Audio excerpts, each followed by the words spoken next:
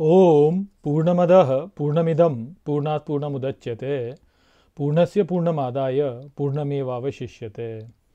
ओम शांति शांति शांति। नमस्कार मित्रों, आज की वीडियो में हम बृहदारण्यक उपनिषद के दूसरे अध्याय के पहले ब्राह्मण का जो 16वां मंत्र है उसका पाठ करेंगे। तो आइए देखते हैं कि ये मंत्र क्या कहता है। तो जो मंत्र वो कहता है, स होवाच अजातशत्रु, अर्थात तब वह अजातशत्रु बोला, यत्रैष एतत् सुप्तो अभूत्य एष विज्ञानमयः पुरुषः, अर्थात यहाँ यह सोते हुए जो हो गया था वह विज्ञानमय पुरुष है।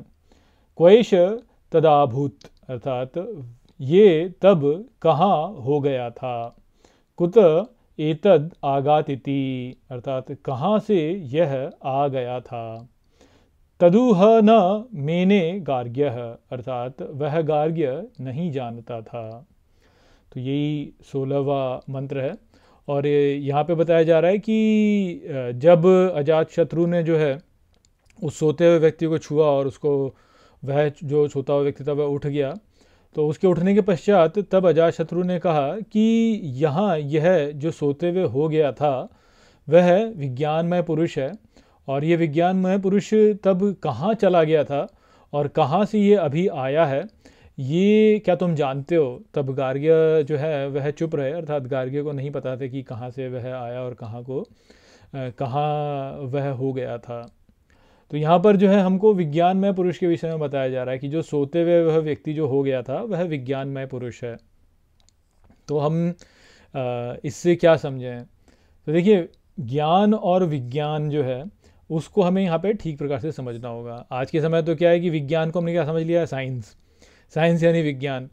तो अब और साइंस को भी हम किस प्रकार से समझते हैं कि साइंस को हम बस ये समझते हैं कि जो ऑब्जर्वेशन है, हम इस संसार को जैसे देखते हैं तो उसमें जो भी हम देख रहे हैं और फिर उससे जो हमने निष्कर्ष निकाला वह विज्ञान है।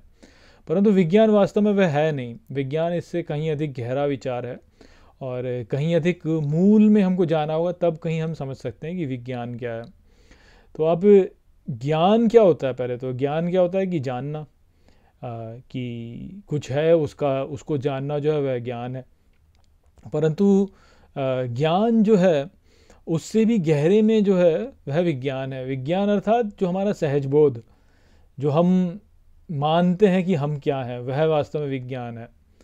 ज्ञान और विज्ञान, जो वी जो इसमें जोड़ा गया है, जो प्रीफिक्स है इसमें वी, वो जो वी होता है वह क्या होता है, वह पलट के लौटना होता है या उल्टा होता है, या उसको आप कह सकते हैं कि प्रतिबिंब में उल्टा कर देना जो है वह। तो एक तो है ज्ञान और दूसरा है विज्ञान। अर्थात ज्ञान तो है ही, परंतु ज्ञान का भी बोध होना जो है वह विज्ञान है।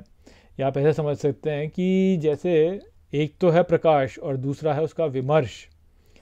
प्रकाश और प्रकाश का विमर्श है कि प्रकाश तो है, परंतु प्रकाश जो है जब तक वो विमर्शित नहीं होगा तब तक प्रकाश को हम जान नहीं पाएंगे, देख नहीं पाएंगे। मान लीजिए कि आप अंधे हैं और आप प्रकाश कर दें तो आप आपको प्रकाश दिखेगा नहीं ना, दिखेगा ही नहीं वास्तव में, या आपकी आंखों पर पट्टी बंधी हुई है। या बाहर मान लीजिए प्रकाश है और आपने अपने घर के किवाड़ जो है वह आपने बंद किए हुए हैं, तो आपको प्रकाश नहीं आएगा अंदर, आपको दिखेगा नहीं है।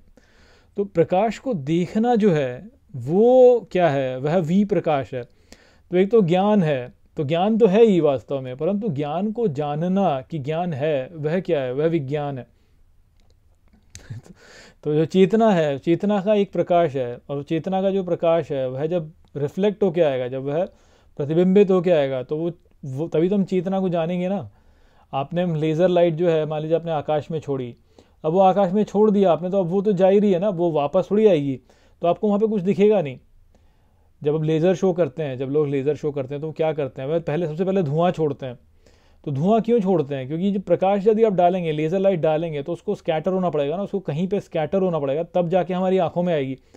हमारी आँखों में अन्यथा आएगी नहीं, वो तो चली जाएगी बस ऐसे ही, तो हमको कुछ दिखेगा ही नहीं वास्तव में। तो जो ये ज्ञान है, इस ज्ञान के होने का ज्ञान जो है वह विज्ञान है। तो जो विज्ञान होता है वो क्या होता है, विज्ञान वास्तव में क्या है, हमारा सहज बोध जो है हमारे अंदर जो घुस गया, जो हमारे अंदर चल करके घुस करके हमको पता चल गया कि हाँ ये है, और अब हमें संशय नहीं है उसके होने में कुछ भी। हमें उसके बारे में संशय नहीं है। जैसे मान लीजिए कि आपको कोई वस्तु है आपके सामने रखी हो, परंतु यदि आपको उसका बोध नहीं है तो आप जानेंगे ही नहीं ना कि वो है वहाँ पे। कई बार ऐसा होता है ना हमारे साथ में कि हमारे सामने ही कुछ रखा होता है पर हमको पता ही नहीं चलता कि है वो, हम देखते ही नहीं है। आप मान लीजिए कि कोई वीडियो शूट कर रहे हैं, कभी आपने कोई वीडियो शूट किया और मान लीजिए कि कहीं जो है कहीं एक कोने में मान लीजिए कोई एक दाग है उसमें, पर आपका उस पर ध्यान नहीं है तो आपको पता ही नहीं चलेगा कि वहाँ पे वो दाग है वहाँ पे। फिर जब आप आगे चल के जब वीडियो को देखेंगे तब बोलेंगे अरे यहाँ पे तो दाग था, ये दाग आ गया यहाँ पे इस वीडियो में, ये तो हमको पता ही नहीं था। तो वो था वहाँ पे पहले ही, परंतु आपको उसका बोध नहीं था, इस कारण से वो वास्तव में आपके लिए था ही नहीं उस समय। पर जब आपको बोध हो गया कि हाँ ये था यहाँ पे, तो आपको उसका विज्ञान हुआ, तब आपको उसका विज्ञान हुआ। तो जो ईश्वर है, ईश्वर वास्तव में सदा है, सब जगह है, परिपूर्ण है, ये संपूर्ण विश्व में हर एक उसके कोने में ईश्वर है, परंतु हमको दिखता नहीं है। क्यों? क्योंकि हमको उसके होने का ज्ञान ही नहीं है, तो इसलिए हमको विज्ञान नहीं है वास्तव में। तो विज्ञान पुरुष कौन है? विज्ञान पुरुष वो है जिसमें ज्ञान की पोटेंशियलिटी है, वह जान सकता है, परंतु वो उस समय पे जानता नहीं है और जान सकता है।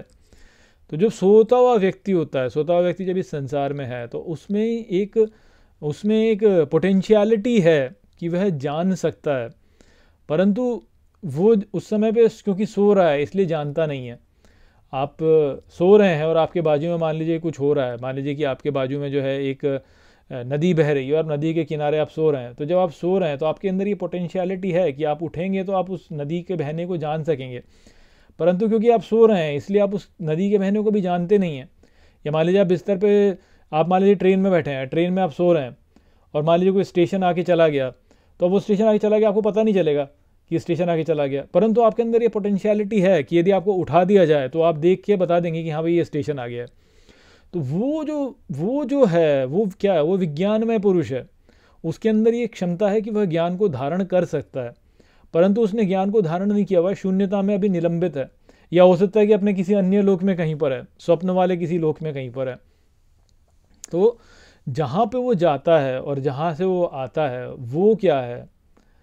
वो क्या है वास्तव में? जब हम सो जाते हैं और हमको आसपास का कुछ बोध नहीं रहता तो हम कहाँ पे हो जाते हैं? हम विज्ञानमय पुरुष से एक हो जाते हैं, हम विज्ञानमय पुरुष से एक हो जाते हैं। और फिर जब हम उठ करके वापस आते हैं तो वापस जो है अपने इस तुच्छ अस्तित्व में आ जाते हैं, अपने अहंकार वाले इस तुच्छ अस्तित्व में, जो कि जो है एक शरीर से जुड़ा हुआ है और जिसका कि कोई तो एक कुल है, जिसका एक नाम है, जिसका एक राष्ट्र है, जिसका एक धार्मिक संप्रदाय है, जिसका जो है एक कोई व्यवसाय है। वो अंट संट ये जो भी कुछ हमने अपने ऊपर लाद रखा है ना, जो भी अपने सारा ये बोझा जो अपने ऊपर लाद रखा है, उन सबको हम प्राप्त कर लेते हैं। तो जैसे भगवान कृष्ण जो हैं वह क्या करते हैं? वह मटकी फोड़ देते हैं, गोपियों की मटकी फोड़ देते हैं, तो वो मटकी जो है उसको हम धारण कर लेते हैं। आप इस प्रकार समझ सकते हैं कि जब हम मटकी से मुक्त हैं तो हम विज्ञानमय पुरुष में हैं, और फिर जो है जब हम मटकी को अपने ऊपर सर पे लाद लेते हैं तो बस फिर आ गया सारा अहंकार, और जी मैं इस राष्ट्र का हूँ, मैं इस कुल का हूँ, और मैं इस जाति का हूँ, और मैं जी इस लिंग का हूँ, और इस शहर में रहता हूँ, इस कंपनी के लिए काम करता हूँ, मेरे ये सब नाती पोती हैं, और इन सब के लिए मुझे ये करना है, उन सब के लिए मुझे वो करना है, ये करना है, वो करना है। और दुनिया भर का जो भी कुछ कचरा है वो फिर अपनी मटकी में भर के, अपनी मटकी को सर के ऊपर रख के, और फिर जो है हम उस बोझ को उठा रहे होते हैं। तो भगवान कृष्ण क्या करते हैं? भगवान कृष्ण जो है उस मटकी को फोड़ देते हैं। वो मटकी को फोड़ देते हैं तो बस वो काम ख़त्म, फिर काम ख़त्म, फिर अपना जो है फ्री जिसे कहेंगे फ्री हो जाते हैं फिर हम। क्योंकि इस मटकी का क्या होना क्या है वास्तव में? आप ये सोचिए क्या होना क्या है इसका? मेरा ये राष्ट्र, मेरा ये कुल, मेरा ये धार्मिक संप्रदाय, मेरा ये घर, मेरा ये नाती पोती का क्या होना है? मरने के पश्चात क्या क्या होना है? इन सब का कुछ भी नहीं होना है, वो सब अपने चले जाएंगे और हम जो है अपने अलग हो जाएंगे, सब अलग हो जाएंगे। तो वो जो है उसको नहीं समझते हम, उनको सत्ता देते रहते हैं, उनको वास्तविकता देते रहते हैं, जबकि हमारी वास्तविकता क्या है? विज्ञानमय पुरुष, वो हमारी वास्तविकता है। तो जो इन सब से मुक्त है, जो इन सब से मुक्त है, ये सब कुछ वास्तव में कुछ नहीं है, ये हमने जो है स्वयं से जो है इनको पकड़ा हुआ है। आप ही सोचिए, आपके रिश्तेदार जो है क्या आपकी बात मानते हैं? कोई नहीं मानता है, ना कोई परवाह भी करता है। हर कोई अपने में ही है वास्तव में। जो कोई व्यक्ति है वो अपना उसको जो ठीक लगता है वही करता है, हमारा नहीं करता, हमारी बात नहीं मानता वो। ऐसा नहीं कि हम तो, हमको लगता है कि भाई हाँ वो हमारा है। आपने आपका पुत्र हो गया या आपकी पुत्री हो गई, आप देखिए उसको उसको बढ़ते हुए आप देखेंगे तो ही आप देखेंगे कैसे छोटा सा था, जब छोटी सी थी या छोटा सा था तो क्या था उसका, तब कैसा मनोभाव था। फिर जब वो थोड़ा बड़ा हुआ तो उसके अंदर नए संस्कार आए, नए संस्कार आए तो वो आप देखेंगे वो अलग ही हो गया। फिर और बड़ा हुआ तो और नए संस्कार आ गए, और नए संस्कार आए तो वो और ही अलग ही हो गया। कभी कैसा हुआ करता था बच्चा, फिर कैसा हुआ, फिर कैसा हुआ, और जब बड़ा हो जाता है तो कोई बात भी नहीं मानता माता पिता की कोई बात भी नहीं मानता। अब करवा लो उनसे जो करवाना आप चाहते हो, बच्चों से करवा लो कि भैया ऐसे चलो। छोटा था तब हाँ ठीक है, तब क्योंकि वह उसमें वो संस्कार नहीं विकसित हुए थे, इस कारण से जो है जैसा आप कहते थे वैसे करता था। बड़ा हो जाता तो स्वतंत्र हो जाता है, फिर करवा लो आप जो उससे करवाना चाहते हो, कुछ भी नहीं करेगा आपके अनुसार, वो वही करेगा जो उसको ठीक लगता है। अब हाँ ऐसा हो जाए कि आप जो सोचते हैं और वो जो सोचता है वो एक ही मत में हो जाए तो वो करेगा, वो आपका जो आप करना चाहते हो वो ही करेगा। परंतु यदि मत नहीं मिलता तो नहीं करेगा। वो करवा लो कितना भी कि भाई मेरा बेटा ऐसे करे, तो नहीं करेगा। तो कहाँ से आपने ये सोच लिया कि ये हमारा है। या अब अपना घर को ही देख लीजिए, अब आपने बोला कि ये घर मेरा है, मेरा घर है ये, मैं रहेगा। अब उसमें मान लीजिए आ जाए कोई कीड़ा, मान लीजिए छिपकली आ गई, कॉकरोच आ गया, सांप आ गया, अब निकाल दो उसको घर से, बोलो निकाल दे से बाहर, निकाल देगा? नहीं निकाल सकता। तो कैसे कह रहे हो कि भाई मेरा है वो? आपने वास्तव में परिग्रहण कर लिया उसका कि हाँ ये मेरा क्षेत्र है। अब रोक दो इसमें से, मच्छरों को आने से रोक दो अपने घर में, मच्छरों को आने से रोक दो, कीट पतंगों को आने से रोक दो। आप कैसे रोकोगे? रोक ही नहीं सकते। खिड़कियाँ बंद कर लोगे तो भी आ जाएंगे हैं आप बोलो कि नहीं इसमें मकड़ी नहीं आनी चाहिए घर में बिल्कुल भी, तो कैसे करोगे? नहीं आती हैं मकड़ियाँ, आ जाएंगी मकड़ियाँ। तो आप कैसे कह सकते हो कि आपका है? कैसे कह सकते हो आपका? शरीर को भी अपना नहीं कह सकते हो वास्तव में। कर लो शरीर को जैसा करना चाहते हो। बोलो कि जी शरीर बूढ़ा नहीं होना चाहिए, तो नहीं होगा क्या? हो जाएगा बूढ़ा आप बोलो कि मेरी ये जो आंखें हैं इनमें प्रेसबियोपिया ना हो, मेरे को पास का दूर का सब दिखता रहे, बड़ा होता रहूँ, झुर्रियाँ ना आए बिल्कुल भी, मेरे दांत जो हैं बिल्कुल वैसे ही रहें बाल जो हैं एकदम वैसे ही रहें, सफ़ेद ना हो या उड़े ना, नहीं होगा वो तो वैसे ही होगा जैसे उसको चलना है। तो तो ये जो हम सोच लेते हैं, ये जो हमने बोला कि ये सब मेरे हैं और ये मेरे हिसाब से चलेंगे, इनको मैं ऐसे चलाऊंगा तो वैसे चलेंगे, तो वो तो होता तो है नहीं वो। बस हमने ही जो है उसको अब मटके में भर के जो है अपने सर पे ऊपर उठा रखा है, पूरे संसार को सर के ऊपर उठा रखा है वास्तव में हमने, कि संसार में ऐसा होना चाहिए, संसार में ऐसा होना चाहिए, वैसा होना चाहिए, ये वाली पॉलिटिकल पार्टी जो है इसको जीतना चाहिए, ये हमारा प्रेसिडेंट या प्राइम मिनिस्टर होना चाहिए, और जो है ये जो धार्मिक संप्रदाय है इसको चलना चाहिए, सबको इसी धार्मिक संप्रदाय के अनुसार चलना चाहिए। अब सबको जो है यही मान्यता रखनी चाहिए जो मेरी मान्यता है। तो सारे वो मटकी उठा ली ना, तो भगवान कृष्ण क्या करते हैं, उस मटकी को फोड़ देते हैं वास्तव में। तो व्यक्ति की स्थिति कहाँ हो जाती है? विज्ञान में पुरुष में हो जाती है, जो कि इन सब से मुक्त, फ्री हो जाता है वह। फिर उसको लेना देना नहीं है इससे, शरीर जैसा हो रहा है होता रहे, आसपास के नाते पोती जैसे कर रहे हैं करते रहें, अपने को क्या, वो हमारे थोड़ी है, वो हमारा हेडेक है ही नहीं, वो हमारा सरदर्द है ही नहीं।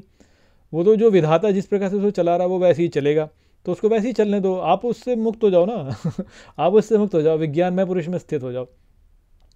तो वो संदेश था यहाँ पर इस मंत्र में, विज्ञान में पुरुष को समझाने का प्रयास था कि जब सोते हैं हम, जब सोते हैं तो सोते समय जो हमारी अवस्था होती है वह विज्ञान में पुरुष वाली अवस्था होती है। फिर जब वो स्वप्न देखता है तो अपने अनुसार एक नए संसार को खड़ा कर लेता है, वो अपनी धारणाओं के अनुसार उस नए संसार को खड़ा कर लेता है वह। और जब सुषुप्ति में जाता है तो फिर तो जो है वह आनंद वाली अवस्था में होता है। वो ही अवस्था है जो कि इन सबसे मुक्त है, वही हमारी वास्तविक अवस्था है।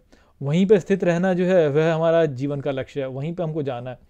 पर हमने तो दुनिया भर की ये वस्तुएं पकड़ रखी हैं और जो है हम उसी में भटक रहे हैं, वास्तव में उसी को भटक करके दुख झेल रहे हैं। तो वो हमको समझना चाहिए, वो संदेश था यहाँ पर। आशा करता हूँ कि मैंने इस मंत्र को आपको ठीक प्रकार से समझा दिया होगा। चलिए इसी के साथ इस वीडियो को हम यहीं पर समाप्त करते हैं। नमस्ते।